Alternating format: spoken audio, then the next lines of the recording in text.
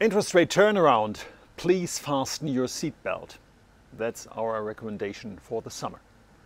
While the US Fed already went along with a couple of rate hikes, the ECB in July will do it for the first time in this cycle.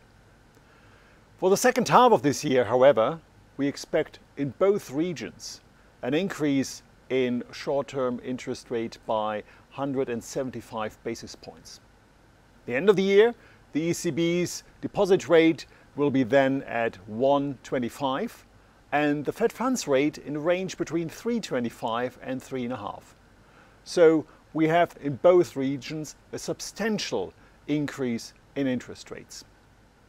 And while the Fed is adding on top of this tightening through interest rates a quantitative tightening, meaning that they reduce their assets on the balance sheets, the ECB is likely to keep this unchanged. However, we have seen that in recent weeks the interest rate spread between Italy and Germany widened.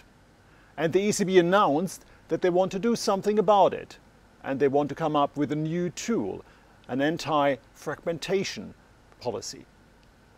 And while the ECB hopes that it's only a tool what can stay in the cupboard, we think that they have to use it. So the ECB is in a dilemma. Beforehand, they said that they have to do a kind of a sequencing. So first stopping the asset purchases before going ahead with interest rate hikes. Now, they may be in this situation that they have to both.